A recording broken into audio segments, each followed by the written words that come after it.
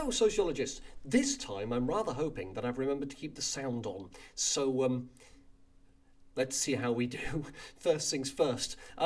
So we left the story midway through a bit of a gabble, I'll be honest. We were talking about how one would use participant observation because it is more interesting. And you'd argue, I think quite rightly, that this isn't relevant to education. And no, it's not. You can't really use participant observation in education as a sociologist, unless you're really creepy and weird. Anyway, we're going to continue talking about it. We're in the middle of getting in, how one maintains a presence within a group. How does one get into that group? So we got as far as here. And we got as far as this idea of Griffin with Black Like Me, which has its own issues and ethical considerations, and I'm sure you can see them cropping up instantly, passing himself off as a black man, basically, in the Deep South during the 1960s. Now, from that, you're probably guessing that there's going to be a difficulty in what one does as part of that group, because when you join in a group, you naturally start doing things. So what is the role of an observer in a participant observation? What should you do? Well, ideally, you are non-disruptive of the group. You don't change anything that they do, you don't affect how they operate, and you offer a vantage point from which to view things. So you're sort of above looking down or below looking up. It doesn't really matter, provided you are watching from a vantage point that is separate from the action. White, for example, in his study, argued that there were no leadership roles. The only role he took in his observations was that of a secretary in a parish council, because that way no one thought anything of him keep taking notes, which makes a lot of sense. I mean, if you're going to join a group, then take one in which you can take notes and no one quibbles. It reminds me of that Zoom meeting that went mad on the parish council. But he was the one that he took on a role of secretary, but it took no leadership roles. That way he couldn't affect the course of action that was being taken by the group that he was studying, which is a good idea, because once you take on a leadership role as a researcher, how much of what happens is down to you and how much of what happens is down to the study you're undertaking. And the point is you're trying to find out how these things work and what makes people tick. So if you're the one making things tick, But then it comes into problems. What if there's a conflict in the group and you're asked to take sides? That could be difficult. Sometimes you have to take sides in order to maintain part of the group. But by taking sides, you're affecting what's going on, and you're directly affecting it. So that can make things difficult, and also make it hard to be in a group. If you're not going to take sides, maybe the group doesn't want you too much, because that's part and parcel of being in a social group, as I'm sure you're aware.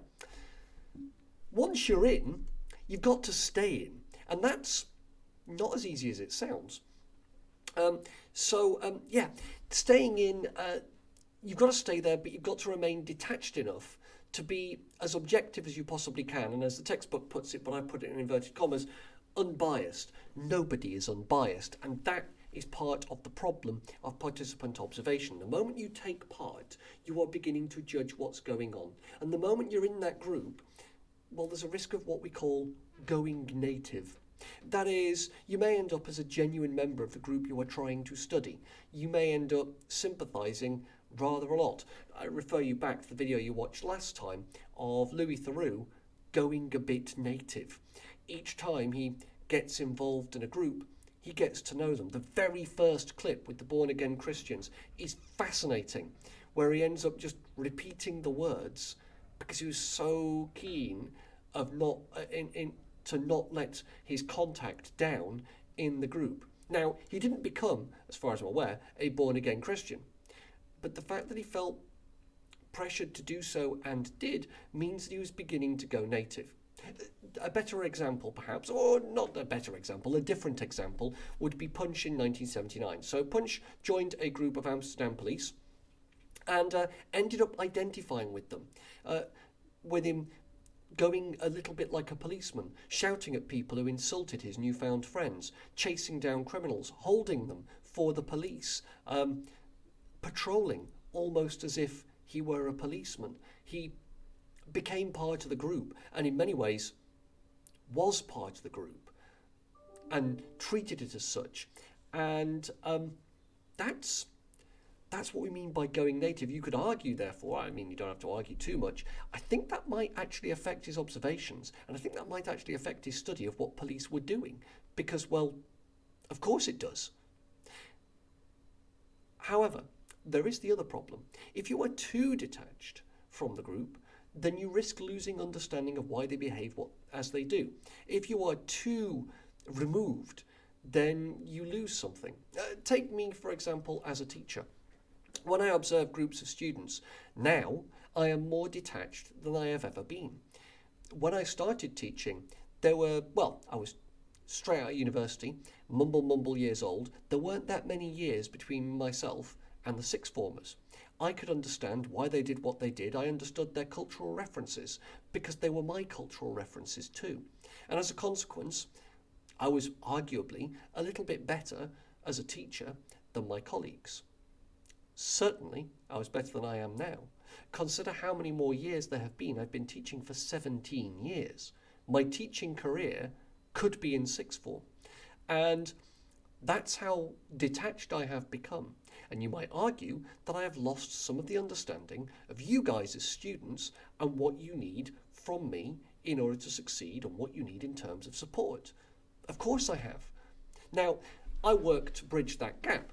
But as a sociologist, if I was observing, say, sixth formers, from the vantage point that I now have, I would risk not understanding what was going on because I'm too detached.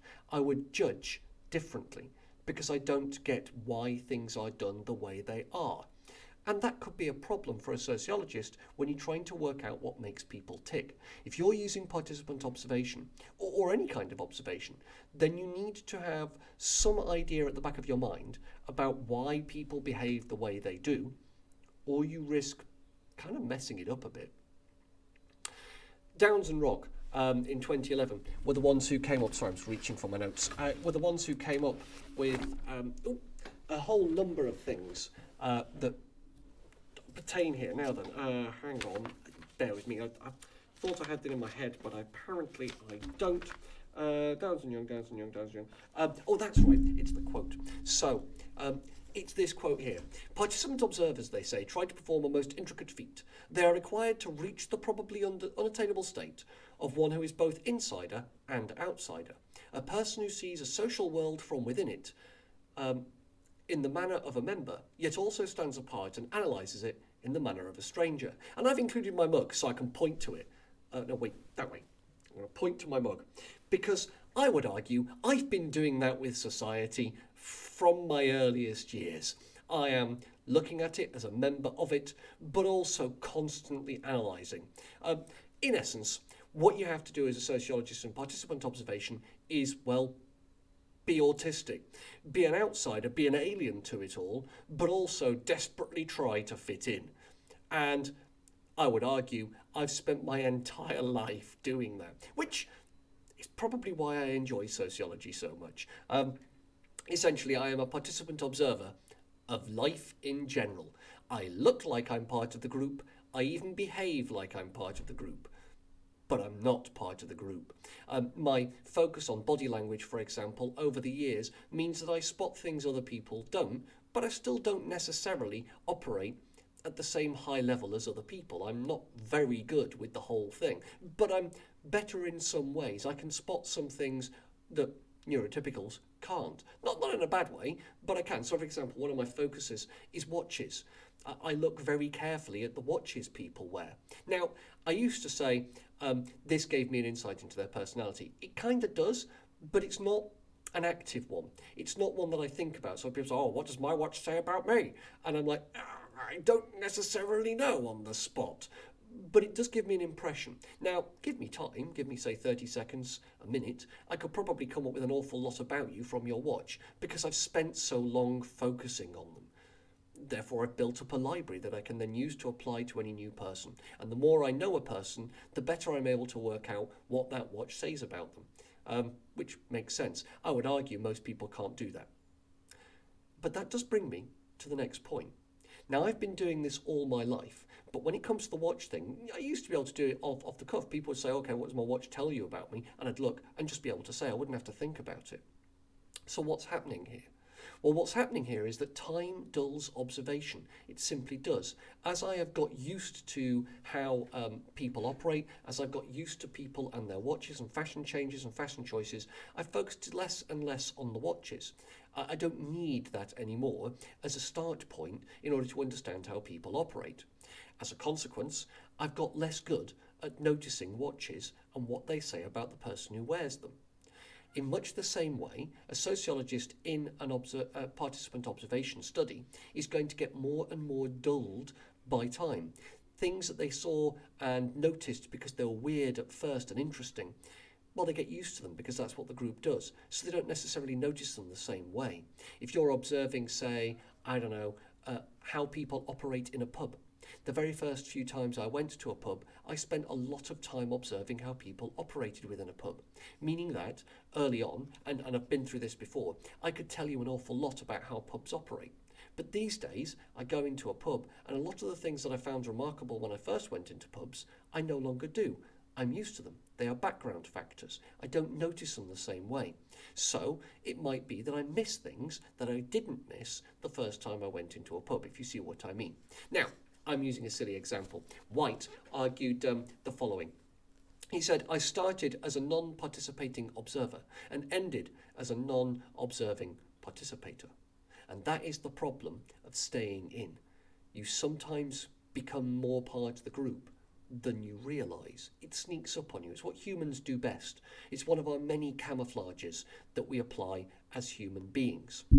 I mean, I say that, I'm less good at it than most people. Then there's getting out. Once you've finished your study, once you've found what you want to find, how do you leave? I mean, there are practicalities, and the practicalities are that it's easier than getting in. Let's be honest. At any moment, you can just go, you know what, I'm done now. Bye-bye! Like Louis Theroux does at the end of a weekend. Bye, I'm done. I've done my weekend with you. I'm off to do something else now. And there's nothing wrong with that, especially if you've been overt in your observation. That can make things very easy. But what if you've been covert? Patrick, when he infiltrated the Glasgow street gang, just left in disgust. It got so violent and it sickened him so much that he simply left without explanation and didn't go back. It was too much. And then he wrote up what he'd learned, and that was that. But you can be more graceful if you've let them know what's going on. Louis Theroux's my example here, because that's how he ends his weird weekends, and indeed all interviews. They all know he's there for a short time. He's been very clear in what he's there to study and show. And then when he leaves, he's able to leave with his head held high. Sometimes he can go back. And he did to many places. I think he went back to the Westboro Baptist Church, and they let him back in because he'd left so gracefully the first time. They were okay with him coming back. Well, I say okay, they didn't like him very much, but they were okay with him coming back. Now imagine that. Imagine that. Once you leave a group as well, depending on how long you've been there, re-entry into normal world can be difficult. So White, for example, when he was studying street corner gangs of black people, found it really difficult to return to Harvard University because he found himself tongue-tied with other academics. He couldn't talk the same way he had before. He didn't feel on the same level as his university colleagues, and that made things difficult in reporting his study and reintegrating into his normal life. Now, this can get worse if you have what we call multiple crossings, where you go in and out of a group, because then it can get really difficult. And it can really mess with your head. Sometimes you end up being a weird amalgamation of your persona in a group and your persona as a sociologist. Early on in my teaching, you could argue that happened quite a lot when I taught sixth form. Remember, there wasn't much that differentiated us. Their cultural references were my cultural references, or vice versa, whichever way around you want to look at that. And there were crossovers. It was difficult sometimes to remember that, no, I'm not one of you. Now, I say it was difficult. It wasn't really, we point to the mug again. I was very able to go, no, I am not one of you. This is my boundary. But it must have been difficult for them. And that is part of the problem, which brings me to the last point here, loyalties and research. If you're observing criminal gangs and you're looking at data that could lead to arrest and prosecution or reprisal if you publish it, well, then you're in an interesting quandary. If you have loyalty to those people you've spent time with, and let's face it, why wouldn't you? It's how human compassion works. You might not want to report the information that could get them banged up. You might not want to report information that puts you in danger. And therefore, how valid, how reliable, how trustworthy is your study? How ethical is your study if you do include information that could harm the people you were making friends with? If you've gone in covertly and you report something that can get people into trouble, how ethical is that? Because they didn't know. Would they have behaved differently? The law works on being caught, and always has. It's a negative liberty we experience. That's a bit of politics for you, just for free. And as a consequence, many of the laws we break, we do so out of an understanding that we won't be caught. If we felt we would be caught, we would probably stick to the rules and the law. Consider speeding and your parents or yourselves when you're learning how to drive. Many people speed because they believe they won't be caught. Not because they want to break the law, not because they're bad people. They just think it's necessary in the moment, or they're in a hurry, or someone up ahead has upset them, or they've just lost track of what speed they're going. They're breaking the law, but they're getting away with it. If there was an observer in the car who reported that as part of a study and it got you into trouble, would that be fair? You've broken the law, but you didn't know you would get caught. Do you see what I mean? So it doesn't have to just be criminal gangs, it can be any participant observation. If you're covert, there are ethical problems there in loyalties.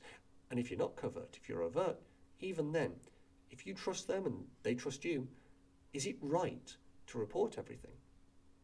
But if you don't, it's less reliable. But if you do, it's less ethical. And then you've got the problem of if you report something that you've been part of and people go, oh, and they'll come and get you. You've got your own safety to consider. All of those things affect how participant observation works. As I'm sure you realise, I mean, you don't need me to tell you that. So let's talk about that in a bit more detail. Overt observation, what is it? I said earlier that it was just being open about your identity and purpose, but let's be clear, it's the researcher revealing their real identification, who they really are, and explaining what their study is about. It allows that researcher to ask permission. It allows that researcher to sidestep or at least deal with that ethical issue of observing people with their knowledge. And it means that they then know that they're being observed. They can modify their behaviour as they wish. It avoids ethical and moral problems and that issue of deceit, lying to people. Because let's face it, morally, lying tends to be wrong. I speak as an autistic person. You guys do it all the time without realising you're doing it. And this idea that some lies are okay and some lies aren't, yeah, I understand that. But it's awfully difficult to work out why. You guys say it's easy. But is it? Is it just covering for what you want to do? And most of the time, in my experience, it is just covering for people to give them a fig leaf to feel a little bit better about things. So deceit is still deceit, whether or not you've decided it's in the best interest. There's no requirement, if you're overt, to join in. Louis Theroux had no requirement to join in any of the things he did. And as a consequence, in more dangerous situations, he was able to not and remain separate and ask questions. I'll come on to that in a moment. So there's no requirement to join in. No one expects you to join in. And that can be really helpful depending on who you're studying and observing. It also allows you to ask the naive but important questions, which Theroux is so good at. Questions that are stupid to people within the group, but he's already set himself up as an outsider, so he gets to ask it. Look again at that cringe fest from last lesson. You will see that he asks some fairly stupid questions, but they're important ones. And we, the viewer, would like to know. So he gets to ask those questions without people really commenting on it. They anticipate that he's going to be a bit weird. It allows for open note-taking. As a researcher, you get to just write things down when they happen because you've made it clear that that's what you're doing and that's what you're there for. Why not? It also allows you to do follow-up interviews to check the validity and the reliability of the information that you've recovered, because they know you're going to do that and they know you are researching a particular topic. And so when you come and ask for an interview, they're kind of expecting it. This is a lot of good for overt observation, hence I've coloured it green. Note it's a different green to feminism. However, there are also problems, which I've colour-coded as red. I know! It's almost like I'm following a colour scheme. So what are the problems with overt observation? Well, you can ask for permission, but what if it's refused? What if they say, you know what? No. For example, it doesn't have to be not letting you into the group, dead end. It could be more subtle. When Punch was interviewing the police officers, remember he went native? After the fact, to test the validity of results, 2 officers said to him, when you were with us, we only let you see what we wanted you to see. They withheld permission in a subtle way. They said, you weren't one of us. What made you think you're one of us? You didn't get to see how we operated. What made you think that? We were careful. We only showed you what we wanted to show you. Sorry, mate, you didn't get any insight into us. They withheld their permission. That's quite powerful. And humans do that all the time. So, as an overt observer, you might come across that only later on. When you think you've got their trust, you discover that you never did. They were putting on an act for you. And sometimes they'll tell you that. And sometimes you'll find out other ways. And then what about your study? Remember those interview questions with the tribes like Chikung and the Hasda, who basically made things up because it was funny, but you thought you got their trust. It also risks creating the Hawthorne effect, where people respond how they think you want them to respond. They do things that they think you want to see them doing. Tribespeople do this all the time. One of my favourites is that tribe that live in a tree in the Amazon. You might have seen them on CBBC or CBeebies as a child, where it goes, this is our wonderful world, and it's this tribe that all live in a single tree. They haven't lived in that single tree for about 3 generations. They do it solely for news crews that turn up and anthropologists. That's it. It's a tourist thing. If you look at the CBeebies clip on that, I forget what it's called, Big World or something. It was in, what year was it? I think it was around about 2012, 2013. So probably around about the right time for you guys to have been watching it. Possibly, I don't know. I don't know whether it's still available. I'll have a dig later. And if I can't find it, or if you can't find it, let me know, and then we'll watch it when we're back together again on Tuesday the 9th. No, wait, Friday the whatever it is of March next week.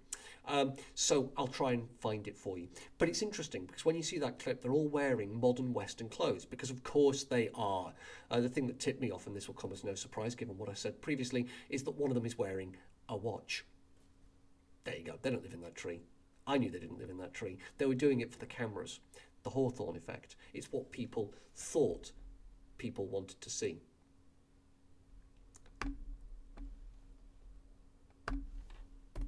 Oh, there's also covert observation. What's good about covert observation? Well, basically the researcher is undercover. No one knows who they are. No one knows why they're there, really. Yeah, it instantly solves permission issues. No one's going to be subtle about withholding permission. No one's going to stop you joining the group because they don't like what you're researching.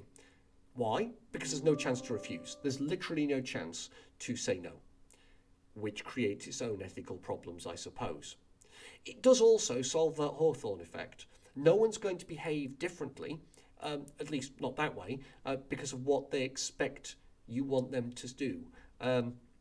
Because they don't know that they're being observed. They are far more likely to behave, well, in their normal fashion, which brings me to the background image.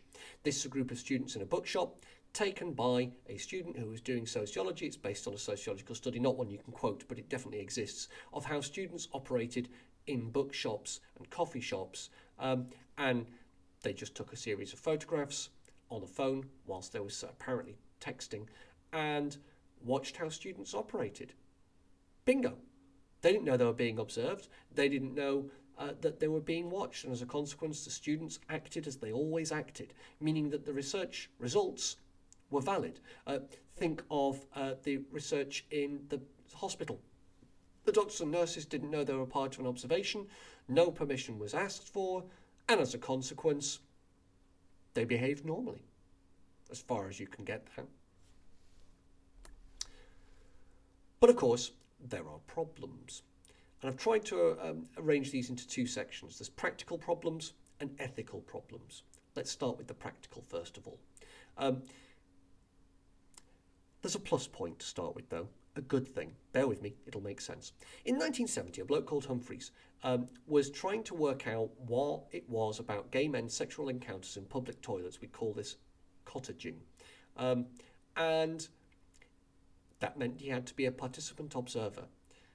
He wanted to find out about the naturalness of behaviour, and covertly he was able to do that because they didn't know they were being watched. Keep in mind that it's no longer illegal, but it had been just 3 years earlier.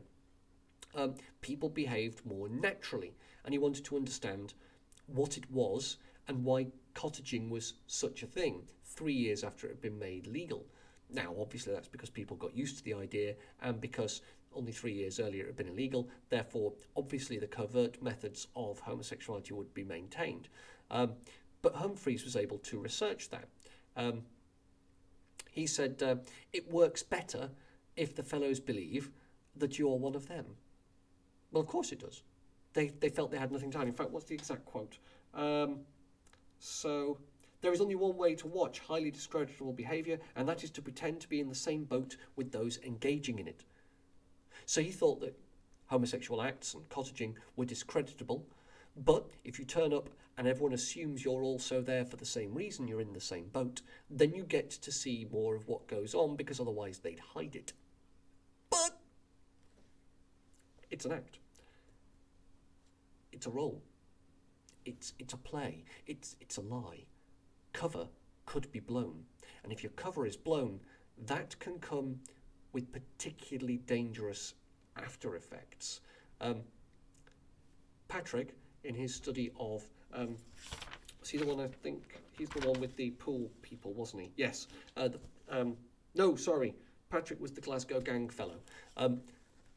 He bought stuff on cash rather than using credit, which of course a Glasgow street gang wouldn't ordinarily do. He fastened the wrong button on his jacket, and that would never have been done by the group that he joined, because it's just how they grew up. And so his cover was very nearly blown. In fact, at one point during a fight, one of the gang members handed him an axe with the expectation that he would use it in the fight. What do you do? How do you deal with that as a covert observer? If you drop the axe, they know you're not one of them, and they've just displayed that they're perfectly willing and expectant that an axe will be used in a fight. Do you see the potential danger? But if you take part, well then, what does that make you? Do I have the quote? As Polsky put it in 1971, he's the fellow with the pool hustlers. You damn well better not pretend to be one of them, because they will test this claim out, and you will either find yourself involved in illegal activities, or your cover will be blown. A warning. Furthermore, there's also notes. Notes, practically, you can't keep them openly. You've got to rely on your memory, which may or may not be good, and you've got to write them in secret. So Festinger and Ditton, in their studies, Festinger was investigating an end-of-world cult in 1956, and Ditton in 1977 was investigating theft among Bredley Liverman. They both used toilets to write their notes. Ditton had his cover very nearly blown several times because of his habit of going into the toilets more often than people thought he should be, because, well, he was writing his notes. I'm going to end it there. I'll come back to the rest of this, because I'm aware of time. I'll come back to the rest of this tomorrow, and I should be able to get us through the advantages and disadvantages of participant observation in full, and that should be us. On Friday, I should be able to start, if not finish, the idea of methods in context, and we'll see how we go, meaning that on the Monday, Tuesday, we'll finish this off, meaning, I guess, when we get back, the first thing we'll do is an essay. Yay! Thank you all, if you have been, for watching. Have a lovely rest of your day on this foggy morning when I'm recording this, but hopefully by the afternoon it's all burnt off and it's looking more spring-like. And if it isn't, nothing lost. We had a lovely weekend, and I hope you did too.